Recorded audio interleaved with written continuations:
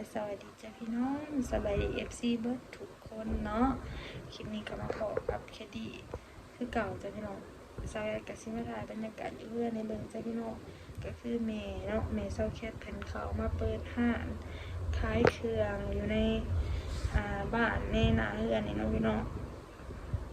เพราะว่าเราเข้าสู่ฤดูการทำนาเนาะพี่น้องตกก้าหวานเขาจ้าอะไรกะเมนูเขามาขายของของปีนี้เป็นจะได้อันเทศหน้านี่เนาะมีแต่ซอฟแคสเสียไปเห็ดไปดำน้ำเมียเนาะเดี๋ยวก็เลยเขามาขายเครื่อง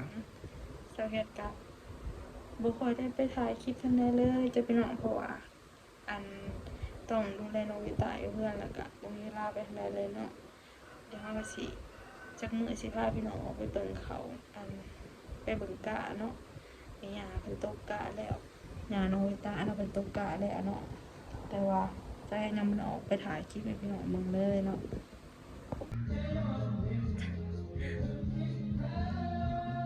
จะถามแม่ลูกอ่อนพี่น้องสิด่าอีน้าพรดูเขาจะเปิดเพลงนะคะนี่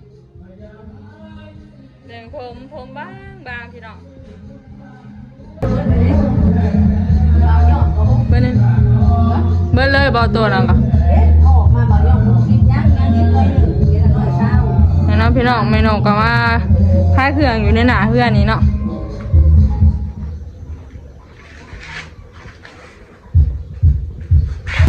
วิตาหนังฟังเพลงเนาะพอเท้าเปิดเพลงนะคะเพื่อน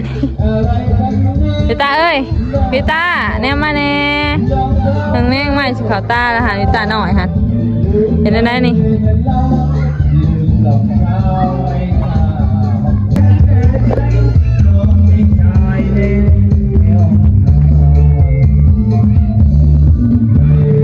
แล้วพี่น้องหางขายของ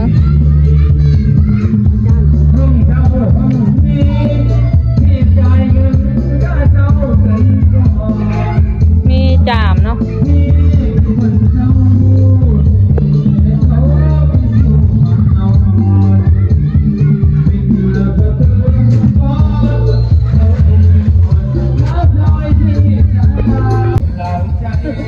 คนตัวน้อยเนี่ยนะพี่น้อง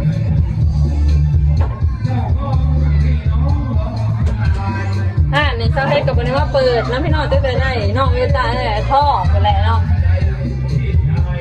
ก็คือมากินน้ำก็จะมาเห็นเนาะน้ำพี่ตาก็ยืนอยู่นะพี่น้องเห็ดกินได้นี่อากาศมันร้อนเราแค่ซื้อซอยเมนู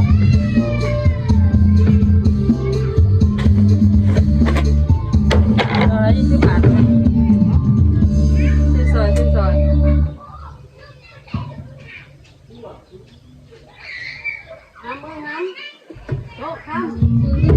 น้ำเนี้ยจ้าเยอ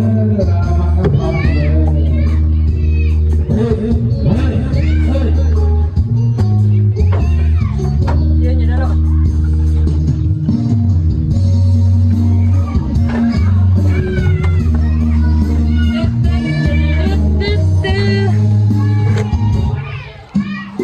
ขอตู้อ่ะ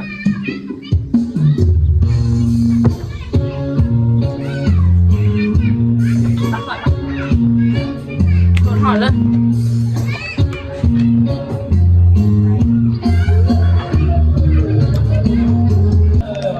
เมย์ใช้กับเปิดห่านใช้เครื่องนะพี่น้องคือใช้กับเตรียมคลองอะไรยังหายเนาะเปิดห่านสาวเพิ่นกับมาเนาะนมเนียวยังใช้กับเตรียมเนาะแต่ว่าใช้แค่บ่มีเวลาคายนะพี่น้องขอยากน้องวิตานี่เลยพี่น้องไปใช้กับค่าแต่ลูกเนาะคันบ่ลูกใหญ่กว่านี้นิดนึงจะสิเปิดนะพี่น้องให้แม่เขามาเปิดหาพอได้ซื้อขนมซื้อยังให้น้องโชว์คำแต่พี่น้องไก่ก็ฮอดจะมีฮอดบอลที่อยู่ให้มานั่งลินนี่บทสาวแค่กับพาวิตาไว้นางทั้งหลังทั้งบ้านเนาะ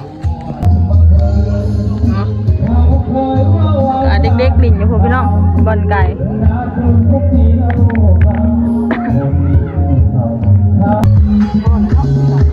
เบิร์ดแล้วบอนี่มีเจ้าของแล้วบอนี่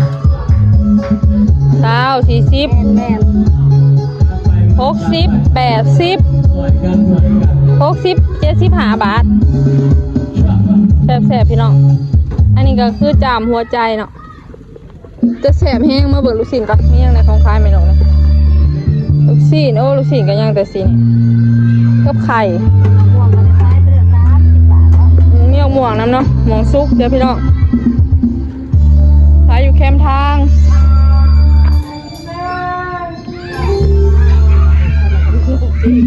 นั่นแหละครับได้นะแม่ไปเสิร์ฟลูกค้านะพี่น้องจะส่งถึงทีคือจะส่งถึงทีพอใกล้ๆ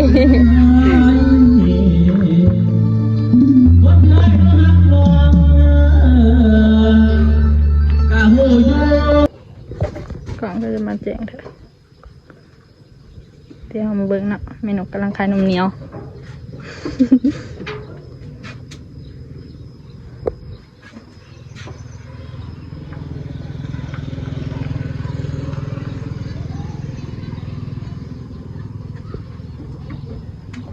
ใหญ่ไป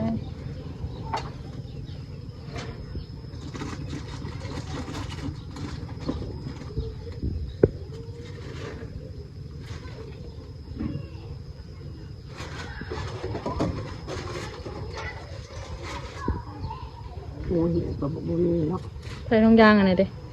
6 คูณ 14ก็ได้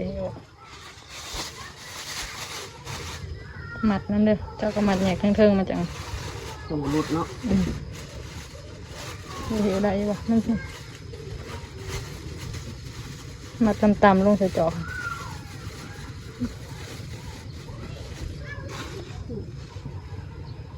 อย่างเด้อ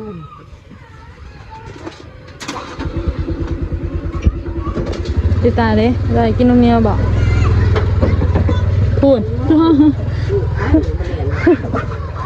ต้องมาแล่นหลายหลดแต่วิธีชีวิตได้ย่างแล้วได้แม่ลูกแล้วนะย่างแล้วลูกไอ้ปุ๋ยนะ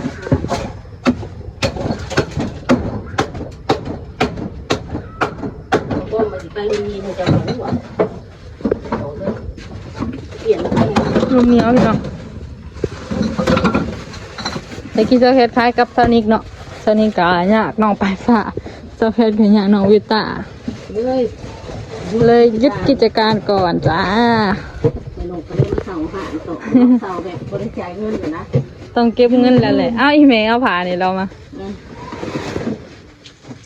คุณแม่เอาผ้าอันนี้เรามาเด้อพี่น้องมีของขายเพิ่นมีอันนี้นำเนาะข่อยนี่เด้อจ้าอันนี้มันตกลงได้เลยนะแนวอันขำกะไปใส่ขางหนึ่งกับบ่หูเนาะเมนูมาค้าโหลดแนวขำกะหีอ่ะคุณจะไปใช้บอกเห็นอย่างนี้ก็ง่ายเด็กบ่เห็นตั้งแต่ตอนจะมาขายตอนผุ่นนี่มาอันนี้แซ่บใครในได้รับบ่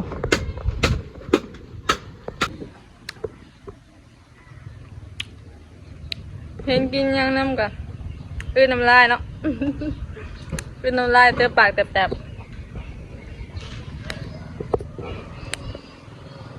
ก็จะกินยังคือเตอปากแตบๆตัวเล็กมันจะกระอัดยำแรงจ้ะพี่น้องฝนตกตั้งแต่2-3 มื้อก่อนพุ่นเนาะน้ำก็เต็มคลองเลยเข้าสู่ฤดูการทำนาแล้วจ้ะพี่น้องตกกะเนาะแต่ละคนก็เตรียมตกกะหวานเขาบางคนกะเนาะคนก็ตกกะ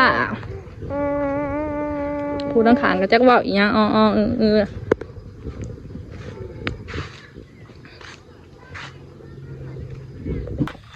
ขำเลยเนาะพี่น้องเขายังมาทันปิดห่านจ้าอันนี้ก็คือปิ้งไก่นี่นะพี่น้องเซาแคทคล้ายอันปิ้งละ20ปิ้งละ40 30 40เนาะรู้สึกว่าโคตรดำโมเมนต์เซาแคทไอ้ก็มันดำ